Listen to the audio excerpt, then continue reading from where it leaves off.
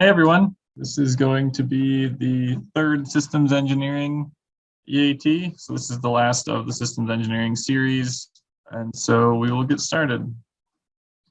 So today we're going to cover kind of a little bit wider variety of topics. Today is less focused on a specific topic like the last systems engineering ones where it primarily tries to get you from requirements down into more of the design space. This may be a bit premature for some of the teams that are still haven't even gotten to SRR yet, but there are pieces in here to consider as you define requirements and things. So the goal is to make sure we're not holding you up. So certainly some of these will be good to revisit recordings in a couple months as you start, as many of you start to actually get into more of these topics. Once again, this is heavily drawn from the NS10 ones, and so feel free to go dive into the references list if you'd like. Today's a little bit more philosophical than some of the others. Like I said, the first one we talked about just what is systems engineering. The second one we talked a lot more heavily about requirements and things like that, but requirements are not all the information you need to actually go off and design your system. And so this one is going to talk a lot more about how do we now go from requirements to that more detailed unit level design, some of the definitions and things around that, some of the kind of advice to UNP schools on experiences we've had and things we know. And then, of course, expectations specific to UNP related to these topics. This one is more relevant to post SRR activities. It's a little early for many of the schools, but there is information here that will help you understand eventually how to define some of the requirements as well. And some of the schools, being repeats may be closer to this area already and working on some of these things. The UNP expectations are a little different than some of the other versions of systems engineering potentially. And the UNP expectations are also, they're pretty aggressive. The schedule is pretty aggressive that we're expecting you to meet. Well, ideally this all follows a linear flow. Some of these things are things that you're gonna be wanting to consider potentially in parallel with SRR, maybe not specifically after it. To get started, I just have a few definitions. We'll cover avionics. Avionics would be all the hardware and software on the mission, right? This is basically the entire satellite minus the structure. You'd have other ground system and stuff that would have their own hardware and software. One of the things that we're going to talk about a little bit more today are kind of the rest of these, the mission level, highest tier of your satellite, which would be not only the satellite, but also the satellite and the ground system and the other systems you may have. System level, in that case, we're talking about kind of the satellite itself or the ground system itself. Subsystem level, that's where we're talking about like the EPS subsystem, the CDH subsystem, the ADCS subsystem. And then below that is where things may get a little bit less stringent or a little bit more fuzzy. Different organizations will have different names for this. The one that UNP has gone with is unit level, and that would be something like an individual torque rod or battery or things like that don't quite make up a full subsystem themselves. And you could certainly go lower than this too, down to like the piece part level, like individual resistors. UNP chooses not to go down to that level for requirements and things, and we'll talk about that more as we go forward. Some additional useful things to know: commercial off the shelf or COTS is a common term you'll hear, meaning it's a product you can purchase from a vendor. In-house, that would be something you do yourself. ICD, so this is something that UNP requires from the teams. And ICD stands for Interface Control Document. It was very, very critical, to all the teams to build these and to make them be good ICDs, not just existing ICDs, because interfaces are where things tend to break and where you're going to start to have lots of troubles as you test it and get these integrated things working together. So understanding your interfaces is very important, and making sure they're documented so future people can understand them, shake their fists at those who came before and didn't write it down. The engineering model and the flight model. So this tends to refer to, engineering would be your development model, maybe some prototyping pieces. Ideally, eventually you get to an engineering model that is a full second set of hardware that will then become your flight model, or you'll repeat it for your flight model. So you can do all the testing on one and then treat your flight model very gently and do the functional testing and stuff, but maybe not as much work on it or modifications to it or anything. So it's more of a clean build. One of the things, that we mentioned a bit before in the systems engineering slides is that systems engineering comes in many flavors. There's, many different organizations all with their own version of it. And so UNP has our own version that follows pretty closely with what we do. The key takeaway though is there are many right ways to do systems engineering, and it depends on the organization. It depends on the cost of the project. It depends on the resources, all sorts of things like that. And so UNP has chosen an approach that we think is a good starting point for many engineers to learn to enter the field, as well as that will help you build a successful CubeSat mission. But this is not necessarily the only or the most right way to do it. It's more of a intro level systems engineering. Where are we in your schedule? Well, we've gone through the upper left of the V for the most part. Obviously, we're well past the proposal and those things at this point. And in reality, we're all at the system concept review level. This CAT is pushing a little bit beyond where the teams are actually at into the kind of how do we actually start creating our hardware. So this CAT and timeline will actually fall more towards post SRR activities when you have your RVM. Just in a little more detail, right? We talked already about how to build the right system, and then of course how to build the system right. How to build the right system, that's certainly what we're in the thick of right now with SCRs. And very soon here you're going to be transitioning to the how do you build the system right. And that starts, of course, with your mission system level requirements, flows down into your subsystem requirements. And then from there, now we take these requirements. There aren't a million of them, right? There's a limited number. They're hitting the key things that our system needs to accomplish, but that's not necessarily enough detail to then go off and build it. And so that's where these unit level specifications come in. And the way that you do this, we'll talk about it more throughout the CAT. This can be a bit of a fuzzy problem, which is why we're going to help try to scope it for you right in this next hour. In many cases, especially for larger programs, NASA programs, things like that, the requirements will go well below the subsystem level. They will go to the unit level, to the piece part level. Like I said, it all comes back to the mission assurance and level of oversight required for your mission, level of resources.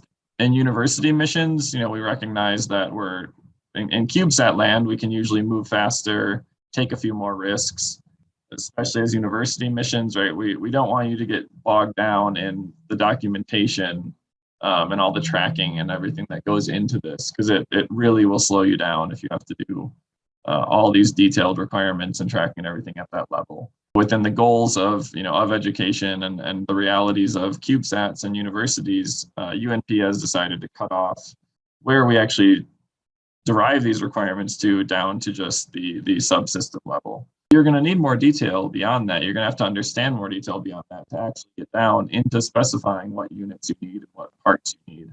So that's where these specifications come in. I already just kind of talked through a lot of this, but maybe another way to think of it is where you are prescribing those upper portions of it, the purple box there, whereas the lower level, the unit level, is not fully prescribed, and prescribing it fully would take an awful lot more work up front. And so in order to help you stay on schedule, to help you move faster, and again, what is realistic given budget, schedule, students still learning, the unit level specification is kind of the way that UNP has chosen to capture that. And so this again can look a bit different for every school. The goal here is certainly not to make you do extra documentation. The goal here is to make you do the bare minimum documentation that is required for yourself and for future people who will come after you. I can't express how many times I've, both personally when I was a student in UNP and seen it happen with others, how lack of this sort of documentation has bit people later down the road. So I highly, highly recommend taking this seriously and considering, making thorough unit level specifications that include all the topics that we'll get into in a little bit. One of the other things that can happen if you go off with just your requirements and build it is this pitfall of defining solutions in a vacuum. And this is something you have to take into account as you develop your unit level specifications as well. And what that means, is maybe in this case, your ADCS decides they found a great actuator that can meet exactly what you need in terms of power and control requirements. And maybe it does even better than that, right? Maybe you found some awesome control moment gyro that can slew you like crazy and ADCS team is like, wow, this thing's awesome, we're going to use it. And then you actually go sit back and compare it to the power budget or something else, and oh no, it doesn't actually close. These definitely still need to be performed with the whole system in mind. They can't just be done in a vacuum, as we've kind of been hammering on the whole systems engineering series, right? That is one of the points of systems engineering, is to not be doing this design in a vacuum.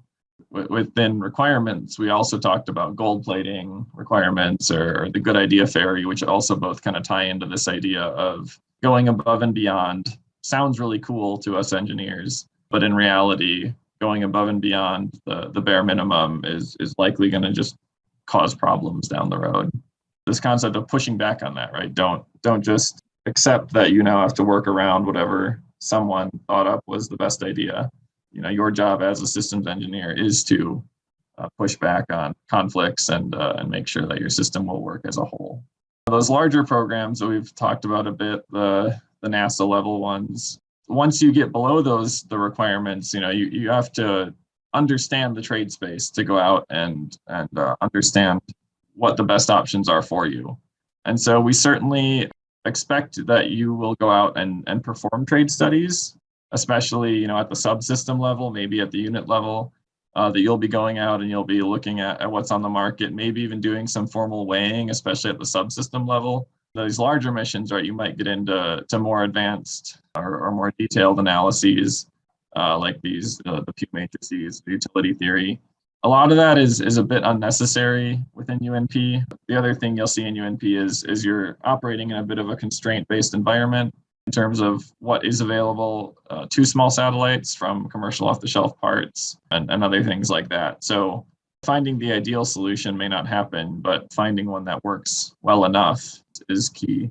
And you certainly should be doing the appropriate trade studies as needed to get there.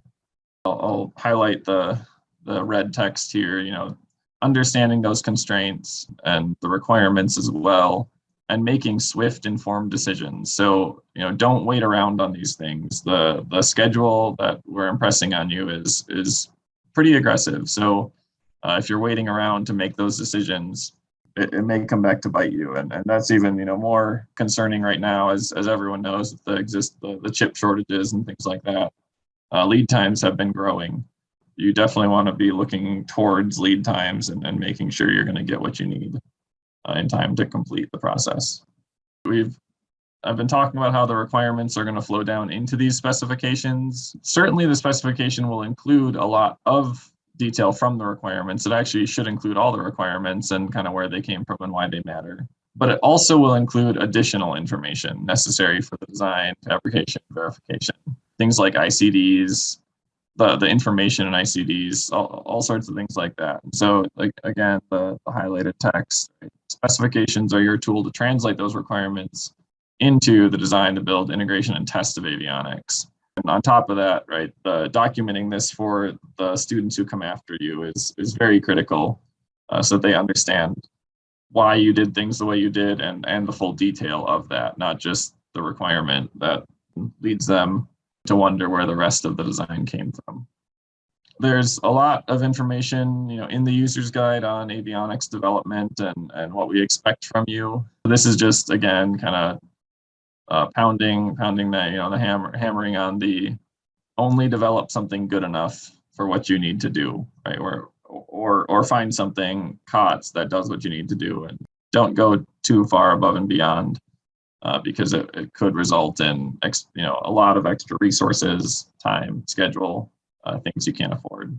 How do you actually go about doing this in detail? Well, we certainly recommend documenting this within your team's documentation structure. This should all be well organized and well tracked, so that, again, the future students can know if it's still a relevant document versus an out-of-date one, what revision of the hardware it ties to, things like that. The exact details of how you do configuration management and everything within your team are kind of left up to you, but we highly, highly encourage you to do this, because there will come a time when you look back at your design, or a future student does, and is wondering how the heck you got there. Let's talk a little bit more about some of the processes available to us, or methods of actually doing this, creating these unit level specifications. we have the RVM, kind of another way to say it. We have the RVM, right? We have these requirements, or you're going to soon. How do you actually determine what you need to buy in more detail than just requirements?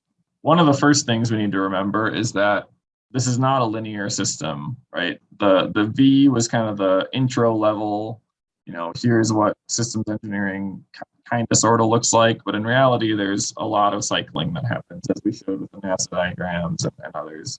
There's many different things influencing each other, and so you can't just flow from the RVM to what could be considered design solution definition, which is the process you'd use to create these specifications. In reality, right, you need to make sure that the system budgets are on board with what you're doing, the ConOps and experiment plan are on board with what you're doing, right? That's sort of the verification and validation piece, as well as the RVM. Roughly in terms of responsibility within your team, right, the chief engineer, systems engineers are going to be more responsible for the higher level pieces, but actually developing the detailed work within each subsystem is probably going to be the responsibility of the team leads and team members within that team. So obviously you can see there's lots of crossovers and communication and understanding that need to happen if you just look at all the arrows crossing the line between responsibilities. This is one method of doing this. This is a NASA provided method. This comes from the NASA version of how to do systems engineering. As we've said many times before, the NASA version of it is very much tuned towards larger satellites, larger missions, much larger budgets. And so ensuring that you're only taking the applicable pieces is important, and that you're not getting bogged down in details that don't apply to our CubeSats. However, it's still overall a very good way to think about the approach, and much of it does still apply, just like the other NASA system engineering pieces. And one other thing to keep in mind is, we're talking about this being applied at the kind of subsystem unit level to determine what we're doing, but it can be applied just about anywhere. And we'll see as we get into it how that would potentially work. All right, we're going to take that logical decomposition, the baseline, what they're referring to by the baseline logical decomposition would be kind of our first releasable draft of the RVM, right? There's a lot of spinning going on in the RVM right now and in the coming weeks for you guys. But eventually you're going to get to a point where you're going to say, yeah, these may not be perfect, but this is what we're going to go start building our satellite to. And it's close, or it's what we're going to set in stone for now, so we can actually start building. That's kind of what they're referring to as your baseline. And that could happen at different levels. Like I said, it's going to happen at the subsystem level for you guys, but of course it could happen at lower levels and still work in this engine. One of the big things that you're going to do is trade studies, right? COTS versus in-house, time, cost, technical constraints, lead times, all sorts of things like that. And then just, of course, all the functional pieces that come from the requirements.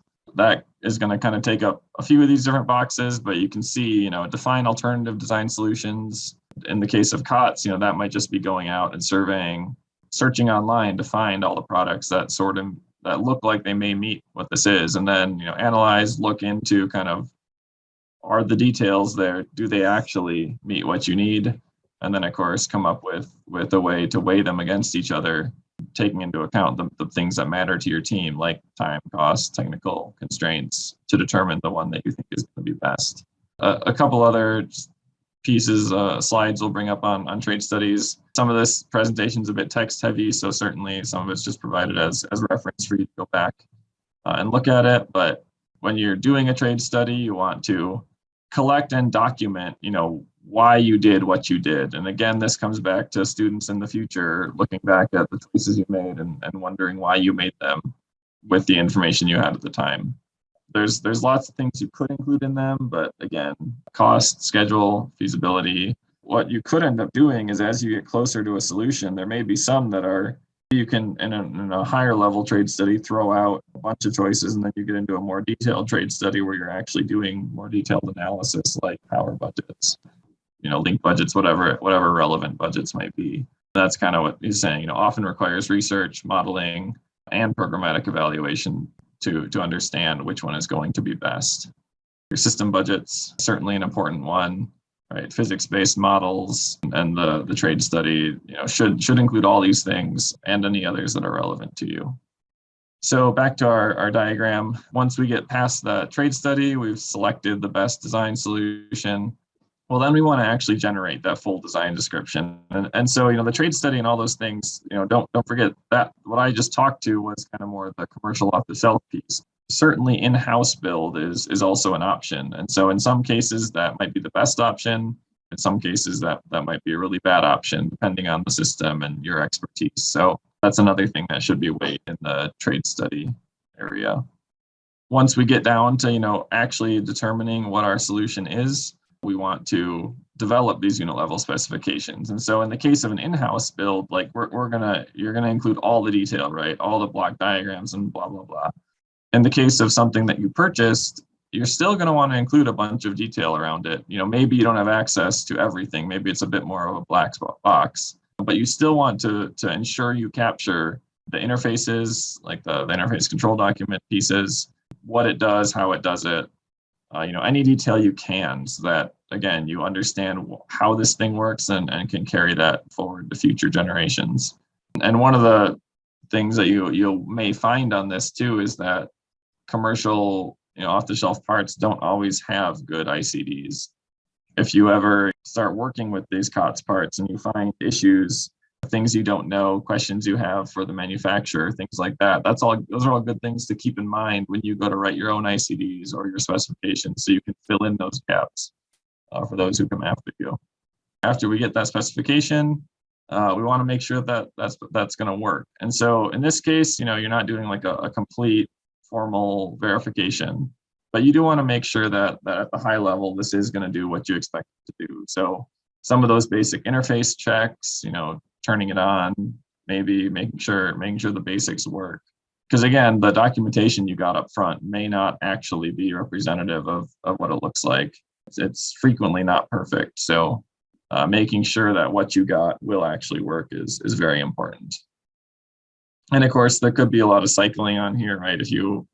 This might take, for an in-house build, 3 revisions or more of a board to get it to where you want to get it to, so that you do actually believe it can complete the things you need it to do.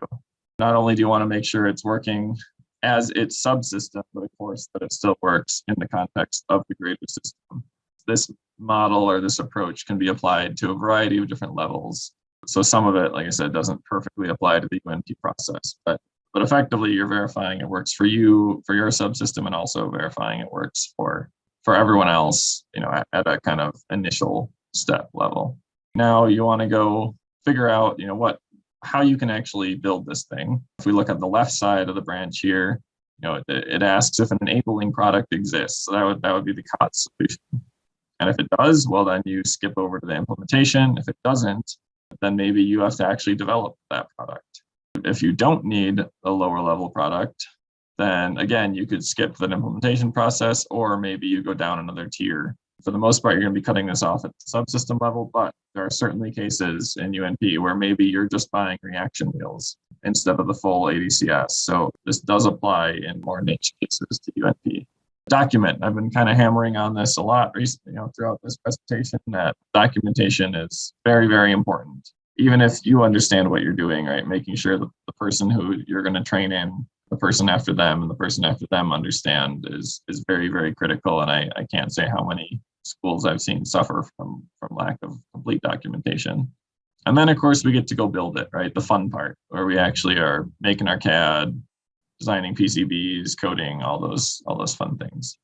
The feedback loop, we've already talked about pushing back on bad requirements and things like that, making sure that your design is within the requirements. And also, if you missed any requirements, that's also something that should always be watched for and should push back to the RVM. As linear as you can try to make these, there's always going to be some cycling to it, and that's necessary, and you should never kind of view the RVM as this perfect static document. Things will always be changing. These ones may not be as UNP relevant, but these ones are referring more to pushing back on the actual stakeholders instead of just pushing back on the requirements, which is certainly still an option. It's something that is at least informing stakeholders is important, and pushing back on them still can happen later. While you develop these specifications, you want to make sure that you can do the testing, you can do the verification to make sure that they will all work in the end. So a good specification will also include information about testing and other things you may need to know to finish this product. This is a piece I've hammered on a lot. The design solution definitions must be consistent with the ConOps, experiment plan, RVM, system budgets. No designing in a vacuum. It's very, very critical that all these things work together. And decisions, will flow down, right? And they'll flow both ways, right? The chief engineer who's responsible for the RVM will be likely making some final decisions on if things are conflicting. Right. But then, of course, at the lower level, if a team member, team lead finds an issue, that has to be pushed back up to the chief engineer so the chief engineer can make an informed decision. Once you get into the weeds, it is very easy to lose sight of the higher level pieces. This primarily falls as a responsibility on the chief engineer and the lead engineer, systems engineers. But, everybody should be cognizant of these things because if they're not, it's going to make everyone's life more difficult. And finally, on the bottom one, don't wait around for these things, right? It's difficult to make a perfect decision. And many times an imperfect decision made in a timely manner is better than waiting around forever to try to make the perfect decision. The reality of the available hardware and the constraints, on you guys because you're university students and because of the CubeSat industry as a whole, is that you're not going to find the perfect solution that just everything works nicely together. You can always reach out to us outside of reviews, but you certainly if you should not be waiting for the next review in a few months to make some big decision if you're able to make it sooner. So this is something obviously you can talk with us about, talk with your stakeholders, talk with your PI, but sitting around waiting for the perfect answer is likely going to result in little success in phase A of UNP. We'll shift a bit over to kind of what does UNP expect from you now. This is straight out of the user's guide. I highly recommend you go, those who will be working on these things, and I guess everyone on the team goes and reads through this and kind of understands the background here. There's two of these. We'll get the other one in a bit. One is kind of avionics. One is the structure is generally significantly easier than the avionics. So many members of the team, a lot of the sub teams will be working on things that kind of fit within this chart. And so if you kind of look at the flow it'll take, right, we're going to start out around SCR and SRR with the concept definition. And by PMR, we are expecting that teams will have started procurement. And I would actually encourage, you to move that as soon as possible, because like we were saying earlier, chip shortages and lead times are significantly worse right now than they have been in the past. So the procurement is kind of an ongoing thing. And excuse me, we're looking at the engineering model column right now, because the flight model is something that's more of a UNP phase B thing. Right now, we're trying to get you to a functional engineering model. Certainly procurement, includes a lot of different pieces, but once you get through the concept definition and into that procurement, we expect that you'll start with some of the basic unit level verification, or subsystem, and then of course, culminate in system level verification is the expectation for FSR, right? That we are hoping teams will show up to FSR with functioning FlatSats, functioning engineering models. And so there's going to be a lot of spinning on this, right? Your first pass through will never work how you want it to work.